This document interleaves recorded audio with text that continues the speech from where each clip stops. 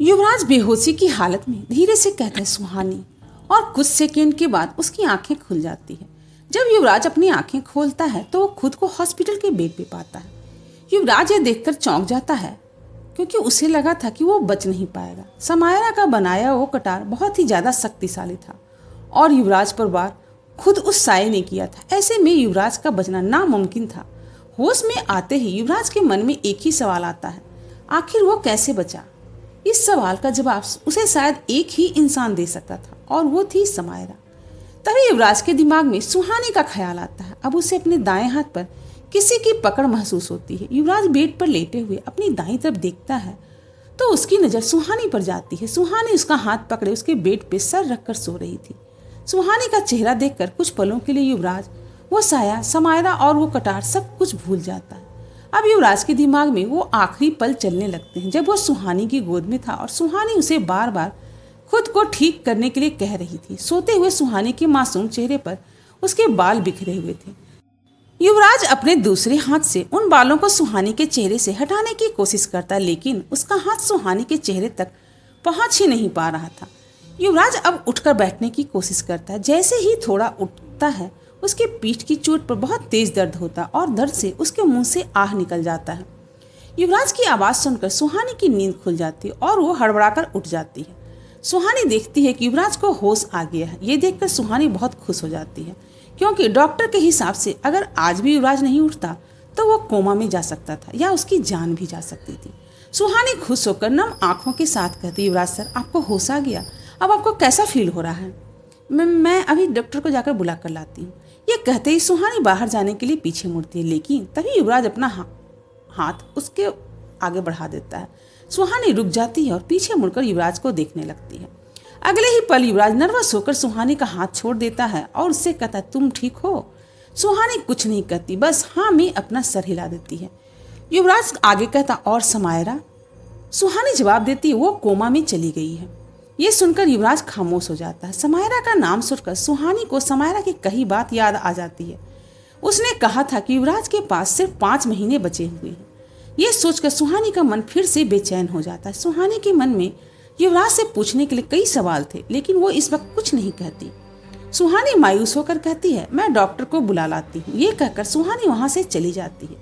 युवराज बिल्कुल शांत होकर बेड पर लेटा था। कुछ ही देर में डॉक्टर आकर युवराज का चेकअप करते, तभी रॉबिन, निशा और विवेक भी वहां पहुंच जाते हैं। डॉक्टर युवराज का चेकअप करके कहते, मिस्टर दीवान, जब आपको होश आ गया है मतलब आप खतरे से बाहर हैं। अब बस आपको अपना ध्यान रखना और दवाई टाइम से लेना। ये कहकर डॉक्टर उस कमरे से बाहर चले जाते हैं। रॉबिन भी डॉक्टर के पीछे पीछे उनसे कुछ बात करने के लिए चला जाता है। डॉक्टर के बाहर जाने के बाद युवराज विवेक की मदद से बेड पर पीछे की तरफ टेक कर बैठ जाता है। विवेक और निशा युवराज की फिक्र करते हुए कहते हैं, युवराज सर, अब आप कैसा फील कर रहे हैं? युवराज सीरियस होकर कहता, आई एम फाइन। कुछ सोचते हुए युवराज कहता, अब तुम लोगों को इस शहर से चले जाना चाहिए। सुहानी, निशा और विवेक युवराज की ये बात सुनकर कंफ्यूज हो जाते हैं। निशा कहती, सर आप ये क्या कह रहे हैं? हमें यहाँ से क्यों चले जाना चाहिए? युवराज कहता है, अब यहाँ खतरा बढ़ता जा रहा है। मैं नहीं चाहता कि मेरी वजह से तुम सबकी जान खतरे में पड़ जाए। विवेक कहता है, लेकिन सर हमें उस साये को रोकना है, अब हम यहाँ से नहीं जा सकते। ये सुनकर युवराज को गुस्सा आने लगता है। वो थोड़ा रूडली कहता है, तुम लोग उसे नहीं रोक सकते तो कोशिश मत करो। यहाँ रुकने से बस तुम्हारी जान खतरे में होगी, इसलिए यही अच्छा होगा कि तुम सब जल्द से जल्द ये शहर छोड़ दो। युवराज की बात पूरी होते ही विवेक भी गुस्से में आ जाता। वो मजबूती के साथ कहता, नहीं युवराज सर, उसने मेरे मम्मी पापा को मारा है और मैं उससे अपना बदला लेकर रहूंगा। उसे खत्म किए बिना मैं यहाँ से कहीं नहीं जाने वाला। इसके बाद सुहानी भी कहती, विवेक ठीक कह रहा है, उसने मेरे पूरे परिवार को मार दिया। अगर मैं ही उसे खत्म कर सकती हूँ तो उसे खत्म किए बिना मैं भी कहीं नहीं जाऊंगी। अब सब निशा की तरफ देखने लगते हैं। सबको अपनी तरफ देखते हुए निशा थोड़ा नर्वस हो जाती है। वो कन्फ्यूजन के साथ कहती है, वैसे उस साये ने मेरे मॉम डैड को तो नहीं मारा है, वैसे भी एक दूसरे की जान लेने के लिए वो दोनों ही काफी हैं, लेकिन फिर भी मैं भी ये कहानी खत्म किए बिना शहर छोड़कर कहीं नहीं जाऊंगी। निशा की बात सुनकर वहां का सीरियस माहौल कुछ नॉर्मल हो जाता। युवराज अब आगे कुछ नहीं कहता। रात के 8 बजे थे। जंगल के बीच एक बहुत बड़े बंगले से काला धुआं बाहर आ रहा था। ऐसा लग रहा था जैसे वहां कोई हवन हो रहा हो। कुछ देर बाद एक काला साया उस बंगले के अंदर घुस जाता। ये युवराज का वही बंगला था जिसमें कुछ दिनों पहले 1000 लोगों को हॉस्टेज बनाकर रखा गया था। बंगले के अंदर काफी अंधेरा था। अंदर कुछ जल रहा था जिससे वहां थोड़ी रोशनी थी। वो रोशनी जलते हुए हवन कुंड की थी। उस हवन कुंड के सामने काले कपड़े पहने एक औरत बैठी हुई थी। उस औरत के बाल बिखरे हुए थे। वो बार बार कुछ मंत्रों का जाप करते हुए उस हवन कुंड में आहुति दे रही थी। उसके मंत्रों की आवाज उस खाली बंगले में गूंज रही। तभी वो साया हवा में उड़ते हुए उस बंगले के अंदर आ जाता है और उस कुंड के दूसरी तरफ आकर हवा में ही रुक जाता है। वो साया वहां आकर गुस्से से गुर्राने लगता है। साया के आते ही वो औरत उसकी तरफ देखती और कहती है, अब तुम्हारी हालत पहले से बेहतर लग रही है। ये युवराज के ठीक होने की वजह से है। शुक्र है कि युवराज बच गया, वरना हम अपने मकसद के इतना करीब आकर भी चूक जाते। उस साया ने गुस्से से भरी हुई आवाज में कहा, मैंने तुम्हें पहले ही चेतावनी दी थी कि युवराज की शक्तियां बढ़ती जा रही हैं, लेकिन तुमने उसे बच्चा समझकर उस पर ध्यान नहीं दिया। वो औरत कहती है, तुम्हें उसकी चिंता करने की कोई जरूरत नहीं। मुझे अच्छे से पता है कि युवराज के पास कितनी शक्तियां हैं और वो क्या कर सकता है। उसे वो शक्तियां मेरी वजह से ही मिली है और उसे कैसे रोकना है ये भी मैं अच्छे से जानती हूँ। इस पर वो साया कहता है, तुम कुछ नहीं जानती। उसका सामना मैंने किया है और मुझे पता है कि युवराज क्या चीज है। तुम्हारी यही लापरवाही हमारे मौत का कारण बन जाएगी। ये सुनकर वो औरत व्यंग भरी मुस्कान के साथ कहती, हमारी मौत? मेरे ख्याल से तुम पहले ही मर चुकी हो। तभी तो मैंने तुम्हें जागृत किया था, याद है ना? तुम सब मेरे बिछाए हुए मोहरे हो और कोई भी मेरा कुछ नहीं बिगाड़ सकता, ना तुम और ना वो युवराज। उस साय से और भी गुर्राती हुई आवाज आती, शायद तुम भूल रही हो, युवराज उस कटार से भी बच गया है जिससे तुम्हारा बचना भी मुमकिन नहीं है। ये सुनकर वो औरत सहज होकर कहती, युवराज का बचना हमारे लिए अच्छी बात है, चाहे वो कैसे भी बचे, उसका क्या करना है ये मैं देख लूंगी। उस औरत के ऐसा कहती ही साया तेजी से बंगले के बाहर चला जाता। उस साय के जाने के बाद उस औरत के चेहरे की वो स्माइल चली जाती और वो खुद से कहती, आखिर युवराज उस कटार से कैसे बच गया। इधर युवराज हॉस्पिटल के अपने प्राइवेट वार्ड में रॉबिन के साथ था। विवेक और निशा सुहानी को कॉफी पीने के लिए लेकर गए थे। रॉबिन युवराज से माफी मांगते हुए कहता, आई एम सॉरी सर, ये सब मेरी वजह से हुआ। मैंने कभी नहीं सोचा था कि मेरी एक गलती इतनी भारी पड़ जाएगी। युवराज शांत भाव से कहता है, कोई बात नहीं, आगे से ध्यान रखना। कुछ सोचकर युवराज फिर कहता है, क्या सुहानी पूरी तरह से ठीक है? रॉबिन जवाब देता, हाँ सर, सुहानी मैडम को कोई सीरियस चोट नहीं आई। मैंने उनसे कई बार कहा कि वो घर जाकर आराम करे, लेकिन पिछले 2 दिनों से वो इस कमरे से बाहर भी नहीं निकली थी। उन्हें आपकी बहुत ज्यादा फिक्र हो रही थी। युवराज रॉबिन की बात सुनकर एक पल के लिए खुश हो जाता, लेकिन अगले ही पल उसकी खुशी उदासी में बदल जाती है। वो नहीं जानता था कि उसकी जिंदगी के कितने पल बचे हैं। उसके इतने दुश्मन थे जो उसे कभी भी मार सकते थे। ऐसे में युवराज नहीं चाहता था कि सुहानी उससे किसी भी तरह से अटैच हो जाए और बाद में उसे तकलीफ हो। युवराज रॉबिन से कहता है, मुझे घर में शिफ्ट करने की तैयारी करो। युवराज की बात सुनकर रॉबिन हाँ में अपना सर हिलाता है और उस कमरे से बाहर चला जाता है। रॉबिन के वहां से जाते ही सुहानी अंदर आ जाती। उसे देखकर युवराज कहता है, तुम इस वक्त यहाँ पर क्या कर रही हो? तुम्हें घर में होना चाहिए। सुहानी कहती है, मैं घर नहीं जा रही, मैं यहीं रुकूंगी। युवराज अपने एटीट्यूड में कहता, क्यों? सुहानी के पास युवराज के इस सवाल का कोई जवाब नहीं था। वो कुछ सोचते हुए कहती, आपका कोई भरोसा नहीं है। अगर आपको अकेला छोड़ दिया तो फिर से खुद को नुकसान पहुंचाने का कोई ना कोई नया तरीका ढूंढ ही लोगे। इसलिए जब तक आप पूरी तरह से ठीक नहीं हो जाते, मैं कहीं नहीं जाऊंगी। सुहानी की बात सुनकर युवराज मन ही मन मुस्कुराने लगता। वो मुस्कान उसकी आंखों में साफ दिखाई दे रही थी, लेकिन उसके होठों तक नहीं आ रही थी। युवराज सीरियस होकर कहता है, कभी कभी मुझे लगता है कि तुम में और उस साये में कुछ ज्यादा फर्क नहीं है। सुहानी मुंह बनाकर कहती है, क्या मतलब? क्या मैं भी आपको एक भटकती आत्मा लगती हूँ? युवराज अपनी स्माइल छुपाते हुए कहता है, तुम दोनों एक जैसे ही हो। वो भी मुझे मरने ही नहीं देती और तुमने भी मुझे मरने नहीं दिया। युवराज की इस बात को सुनकर सुहानी भड़क जाती और युवराज पर गुस्सा करते हुए कहती है, आप उस चुड़ैल से मुझे कंपेयर क्यों कर रहे हैं? वो आपको बचाना चाहती है क्योंकि उसको आपसे शक्तियां चाहिए, लेकिन मैं आपको बचाना चाहती हूँ क्योंकि मैं आपसे। इतना कहकर सुहानी खामोश हो जाती है। अपनी गलती का एहसास करते युवराज की ओर देखने लगती। युवराज समझ जाता है कि सुहानी क्या कहने वाली थी। वो ना चाहते हुए भी अपनी नजरें सुहानी से हटा लेता है। सुहानी को लगता है कि उसने युवराज को एक ऑकवर्ड सिचुएशन में डाल दिया है। वो बस खामोश होकर अपनी नजरें युवराज से हटा लेती है। कुछ देर के बाद सुहानी कहती है, आपने समायरा की जान क्यों बचाई? सुहानी का सवाल सुनकर युवराज उसकी तरफ देखकर कहता है, बिकॉज आई लव हर। युवराज का जवाब सुनकर सुहानी का दिल जोरों से धड़कने लगता है और वो आंखें फाड़कर युवराज की ओर देखने लगती है। युवराज ने इस बार कुछ ऐसा कह दिया था जिससे उसे बिल्कुल भी उम्मीद नहीं थी। सुहानी को देखकर ऐसा लग रहा था जैसे वो सदमे में चली गई हो। सुहानी की ऐसी कंडीशन देखकर युवराज कहता है मजाक कर रहा था। सुहानी युवराज को गुस्से में घूरते हुए अपने मन में कहते मजाक? इतना सीरियस मजाक कौन करता है? अभी अभी मुझे हार्ट अटैक आ जाता तो? युवराज सुहानी के सवाल का जवाब देते हुए कहता पता नहीं क्यों, लेकिन जब भी मैं समारा को देखता हूँ मुझे वो मेरी जैसी लगती है। लेकिन क्यों? सुहानी कहती। युवराज आगे कहता है समायरा की माँ रक्षा एक बहुत बड़ी जादूगरनी थी। उसने बचपन से ही समायरा को ये तंत्र विद्या सिखाना शुरू कर दिया था। शायद समायरा को भी ना चाहते हुए इन काली शक्तियों में अपना बचपन गंवाना पड़ा था। सुहानी युवराज से पूछती युवराज सर वो आपको मारना क्यों चाहती है? युवराज कहता है मुझे ये बात तुम्हें पहले ही बता देनी चाहिए थी। अगर मैंने पहले ये बता दिया होता तो शायद ऐसा कुछ नहीं होता आज। युवराज आगे कहता है कुछ साल पहले समायरा की माँ रक्षा मुझे ढूंढते हुए यहाँ आई थी। उसे मेरी शक्तियां चाहिए थी, इसलिए उसने मुझे उस साये से अलग करने की बहुत कोशिश की, लेकिन वो ऐसा कर नहीं पाई और फिर उसने उससे मुझे मारने की कोशिश की। जब उसने मुझे मारना चाहा तो उस साये ने उस पर हमला कर दिया।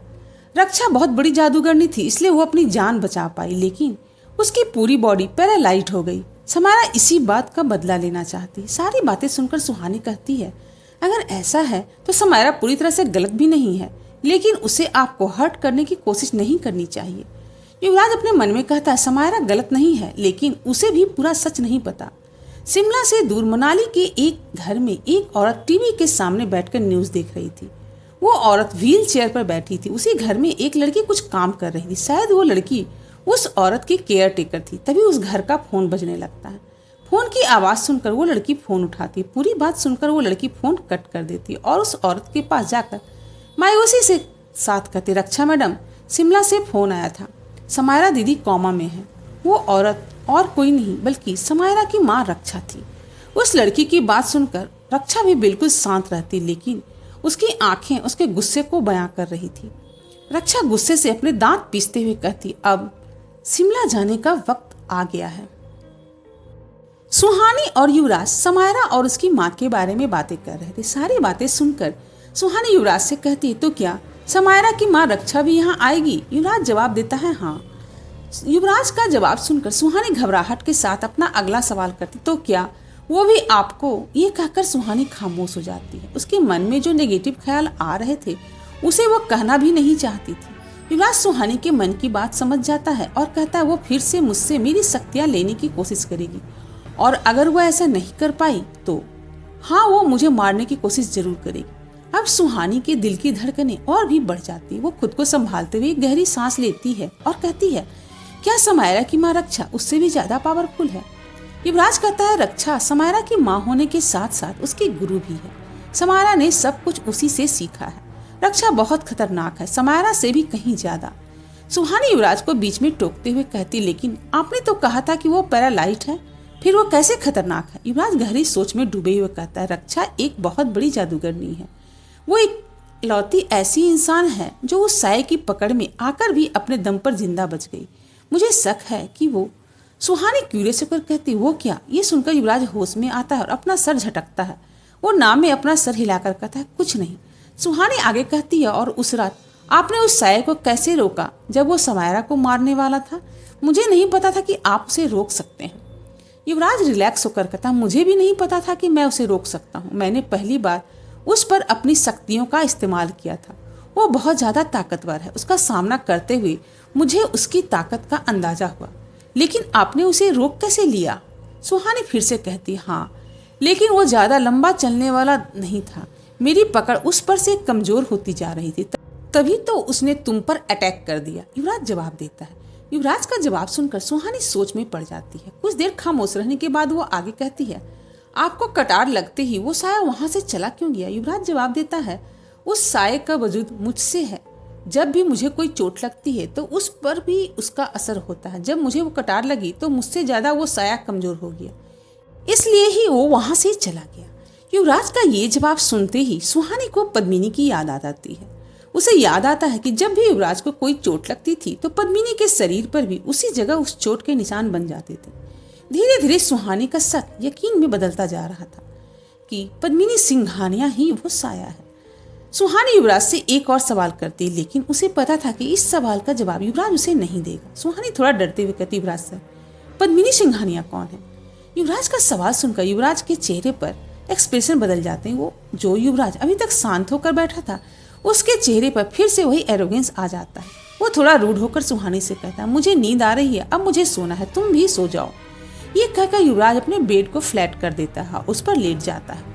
सुहानी को युवराज का ये बिहेवियर अच्छा नहीं लगता। वो कमरे की लाइट बंद करके पास रखे काउच पर जाकर बैठ जाती है। युवराज को भी सुहानी के साथ ऐसा बर्ताव करके अच्छा नहीं लग रहा था, लेकिन उसके पास और कोई चारा नहीं था। उसे पता था कि सुहानी अब उन सवालों की तरफ बढ़ रही है जिनका युवराज जवाब नहीं देना चाहता था। वो बस आंखें बंद करके अपने बेड पर लेटा रहता है। सुहानी की बेचैनी वक्त के साथ बढ़ती जा रही थी। उसे अब हर पल ये डर सता रहा था कि क्या सच में युवराज के पास सिर्फ 5 महीने हैं। वो ये बात किसी से कह नहीं पा रही थी, लेकिन इसे सोचकर अंदर ही अंदर वो घुट रही थी। सुहानी काफी रात तक जागती रहती है और काउच पर अपना सर टेक कर युवराज की ओर देखती रहती है। इधर युवराज के पास वाले वार्ड में समायरा एडमिट थी। वो बेहोशी की हालत में बेड पर लेटी थी और उसकी बॉडी में कई सारे इक्विपमेंट्स लगे थे। उसके बेड के पास एक चेयर पर अर्नब बैठा था, जो उसे एकटक लगातार देख रहा था। वो बहुत मायूस लग रहा था। अर्नब समायरा के चेहरे को देखते हुए कहता है, तुमने हर बार मेरी जान बचाई, मेरी मदद की, लेकिन जब तुम्हें मेरी मदद की जरूरत थी तब मैं वहां पर नहीं था। काश मैं तुम्हें बचा पाता। कुछ देर के बाद अर्नब आंखों में गुस्सा लिए हुए कहता है, बस एक बार मुझे पता चल जाए कि किसने तुम्हारी ये हालत की, मैं उसे जिंदा नहीं छोड़ूंगा। अर्नब के ये सब कहने का समायरा पर कोई असर नहीं हुआ था। वो तो बस बेहोश बेड पर लेटी थी। अब रात हो चुकी थी। विवेक सबसे छुपते हुए दीवान बिला के अंदर जाता है। घर के अंदर जाते ही विवेक दबे पांव निशा के कमरे के पास जाता है और दरवाजे पर नॉक करता है। निशा भी शायद विवेक का ही इंतजार कर रही थी। वो धीरे से दरवाजा खोलती और विवेक कमरे के अंदर चला जाता है। निशा धीमी आवाज में विवेक से कहती, क्या हुआ, तुम्हें वो मिला? विवेक डिसअपॉइंट होकर कहता, नहीं, उसने मुझसे 1-2 दिन का वक्त और मांगा है, हमें और इंतजार करना होगा। निशा शक करते हुए कहती है, क्या तुम्हें यकीन है कि वो हमारे किसी काम की चीज है? विवेक कुछ सोचते हुए कह रहा, यकीन से तो नहीं कह सकता, लेकिन मेरा ये इंट्यूशन कह रहा है कि वो जरूर हमारे काम का होगा। मुझे पापा की पर्सनल डायरी से उस आदमी का एड्रेस मिला था। शायद पापा भी मिस्टर सक्सेना के साथ मिलकर यही सब ढूंढ रहे थे। निशा कुछ सोचकर कहती है, क्या हमें सुहानी को इस बारे में बताना चाहिए? विवेक ना में सर हिलाते हुए कहता, अभी नहीं। निशा कहती, लेकिन क्यों? विवेक निशा को समझाते हुए कहता है, सुहानी अभी युवराज सर को लेकर काफी परेशान है, अभी रुक जाते हैं। अगर हमें कोई सॉलिड इन्फॉर्मेशन मिलती है तो हम सुहानी को बता देंगे। निशा को विवेक की बात सही लगती है। वो आगे कुछ नहीं कहती। रात के 1 बजे थे। युवराज अपने बेड पर सोया था और सुहानी काउच पर। उस रूम में बिल्कुल अंधेरा था। नींद में युवराज का चेहरा बिल्कुल शांत था। सोते हुए वो किसी मासूम बच्चे की तरह लग रहा था, लेकिन तभी उसके चेहरे पर सिकन आने लगती है और वो सिकन फिर से बेचैनी में बदल जाती है। कुछ देर के बाद युवराज रेस्टलेस होने लगता है और उसका चेहरा, हाथ पैर सब कुछ बेचैनी से इधर उधर चलने लगता है। युवराज अपने नींद में ही अपने बेड के दोनों सिरों को जोर से पकड़ लेता है। वो बेड स्टील का था जो युवराज की पकड़ में किसी एक थर्माकोल की तरह मुड़ने लगता है। युवराज के हाथों के मसल्स एकदम टाइट हो चुके थे और हाथों की नसें साफ साफ दिखाई दे रही थी। अचानक से बेड को जोर से पकड़े हुए युवराज की आंखें खुल जाती हैं। इस वक्त उसकी आंखों की पुतलियां लाल थी और वो बहुत गुस्से में लग रहा था। आंखें खोलते ही युवराज लंबी लंबी सांसें लेने लगता है और अचानक से उठकर बैठ जाता है।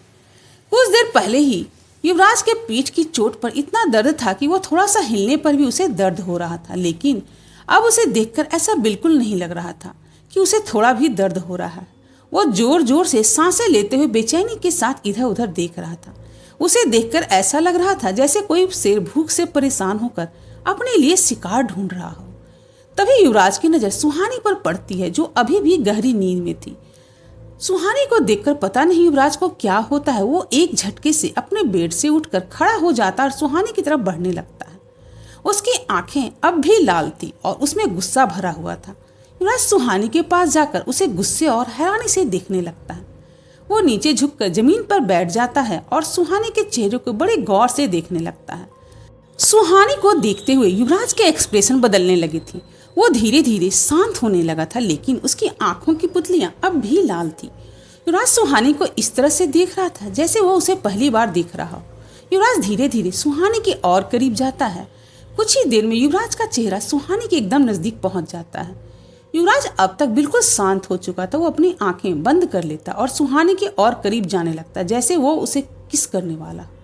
जैसे ही युवराज के होंठ सुहानी के होंठों को छूने वाले होते हैं, युवराज रुक जाता है जैसे उसे कुछ याद आ गया हो। अगले ही पल युवराज अपनी आंखें खोल लेता है। अब उसकी आंखों की पुतलियां पहले की तरह काली हो गई थी। युवराज खुद को सुहानी के इतने करीब पाकर चौंक जाता है। उसे समझ में नहीं आ रहा था कि आखिर ये सब कैसे हुआ। अगले ही पल वह सुहानी से दूर होने के लिए अपनी बॉडी पीछे करने की कोशिश करता है, लेकिन उसके पीठ की चोट का दर्द बहुत ज्यादा दर्द दे रहा था और युवराज दर्द की वजह से जमीन पर गिर जाता है। इस वक्त उसके चोट पर दर्द के साथ जलन भी हो रही थी। युवराज के गिरने की आवाज सुनकर सुहानी की नींद खुल जाती है। कमरे के बाहर युवराज की सिक्योरिटी में लगा रॉबिन भी वो आवाज सुनकर फौरन कमरे के अंदर आ जाता है। रॉबिन और सुहानी युवराज को जमीन पर पड़े देखकर हैरान रह जाते हैं। दोनों हैरानी के साथ बोल पड़ते हैं, युवराज सर। सुहानी युवराज के पास जाकर उसे उठाने की कोशिश करते हुए रॉबिन युवराज के पास आता है और उसे उठाकर उसके बेड पर लिटा देता है। रॉबिन घबराते हुए युवराज से पूछता है, युवराज सर आप नीचे क्यों उतर गए? अगर आपको किसी चीज की जरूरत थी तो मुझे आवाज लगा देते। रॉबिन और सुहानी दोनों युवराज की ये हालत देखकर परेशान थे, लेकिन युवराज उन दोनों से कहीं ज्यादा परेशान था। उसे समझ नहीं आ रहा था कि कुछ देर पहले उसके साथ आखिर क्या हुआ था। वो खुद को रोक क्यों नहीं पा रहा था और वो बेचैनी कैसी थी। युवराज खुद को नॉर्मल दिखाते हुए कहता है, कुछ नहीं, बस मेरा थोड़ा चलने का मन कर रहा था, इसलिए मैं वॉक कर रहा था और मेरा पैर फिसल गया। रॉबिन को युवराज की बातों पर भरोसा हो जाता और वो कमरे से बाहर चला जाता, लेकिन सुहानी को उसकी बात पर भरोसा नहीं होता। फिर भी सुहानी युवराज से कुछ नहीं कहती। वो बस लाइट बंद करके फिर से सो जाती है। अब युवराज की आंखों से नींद गायब हो चुकी थी। वो अपने मन में कहता है, तुमने मेरे साथ क्या किया है? ऐसा पहले कभी नहीं हुआ था जो आज मेरे साथ हुआ है। युवराज सोच में पड़ जाता है और आगे कहता है, क्या ये सब समायरा ने किया है या इसकी वजह कुछ और है? ऐसा लग रहा था जैसे उस वक्त मैं खुद को ना कंट्रोल कर पा रहा हूँ, ना ही अपनी शक्तियों को। इससे पहले मैं अनजाने में कोई गलती कर दूं, मुझे भैरवनाथ से मिलना होगा। इन्हीं सोच में डूबते हुए युवराज की सारी रात गुजर जाती है। अगली सुबह युवराज के प्राइवेट वार्ड में निशा, सुहानी, विवेक और अक्षय बैठे हुए थे। रॉबिन युवराज को घर शिफ्ट करने की तैयारी कर रहा था। युवराज अपने बेड पर बैठे हुए लैपटॉप पर काम कर रहा था और बाकी के लोग आपस में कुछ बातें कर रहे थे।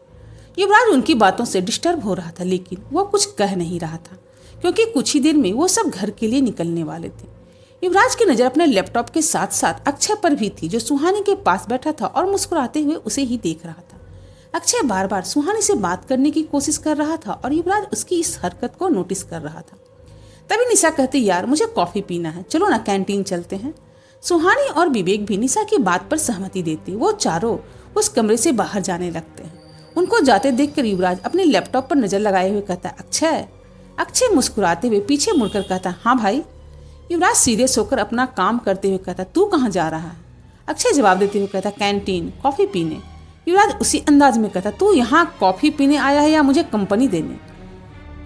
युवराज की बात सुनकर अक्षय की मुस्कुराहट कुछ कम हो जाती और वो कहता है, क्या मतलब? युवराज थोड़ा रूड होकर कहता है, तू कहीं नहीं जा रहा है, तू मेरे साथ यहीं बैठेगा। युवराज की ये बात सुनकर अक्षय का मुंह उतर जाता है। निशा, सुहानी और विवेक उसे वहीं छोड़कर चले जाते हैं। युवराज आज अक्षय को सुहानी के साथ नहीं जाने देना चाहता था। अक्षय मुंह लटकाकर वहीं बैठ जाता है और मुंह फुलाकर युवराज की ओर देखने लगता, लेकिन युवराज को इससे कोई फर्क नहीं पड़ रहा था। उसकी नजर लैपटॉप की स्क्रीन पर थी और उसकी उंगलियां लगातार कीबोर्ड पर चल रही थी। अक्षय युवराज को घूरते हुए अपने मन में कहता, अगर इसे काम ही करना था तो मुझे यहाँ रोकने की क्या जरूरत थी? कहाँ मैं इस वक्त सुहानी के साथ कॉफी पी रहा होता और कहाँ इसके साथ यहाँ बोर हो रहा हूँ। कुछ देर ऐसे ही खामोश होने के बाद अक्षय एक्साइटेड होकर युवराज से कहता, युवराज सुनना, मुझे तुझसे कुछ शेयर करना है। युवराज लैपटॉप पर नजर लगाए हुए कहता, अक्षय खुश होते हुए कहता, मुझे लगता है कि मुझे तेरी होने वाली भाभी मिल गई है। अक्षय की बात सुनते ही युवराज की उंगलियां रुक जाती है और उसकी नजर लैपटॉप से अक्षय पर चली जाती है। अक्षय बड़ी खुशी के साथ आगे कहता, युवराज लगता है तेरे भाई को प्यार हो गया है, और पता है तेरी भाभी कौन है? युवराज अक्षय को गुस्से से घूरते हुए कहता, कौन है? अक्षय मुस्कुराहट के साथ शर्माते हुए कहता, अरे वही तेरी स्टूडेंट सुहानी। इतना सुनते ही युवराज का चेहरा अचानक से सफ़ेद पड़ जाता है। क्या युवराज अक्षय को सुहानी से दूर कर पाएगा? कहानी में आगे क्या ट्विस्ट होने वाली है, इस कहानी को जानने के लिए मेरे चैनल को सब्सक्राइब करें। अगर आप मेरे चैनल पर पहली बार विजिट कर रहे हैं, और लाइक और शेयर भी करें और कमेंट करके ये बताएं कि मेरी कहानी आपको कैसी लग रही है और आप मेरी इन कहानियों को कहाँ से देख रहे हैं, ताकि मुझे पता चल सके मेरी कहानियाँ कहाँ कहाँ तक पहुँच रही हैं। Thanks for watching.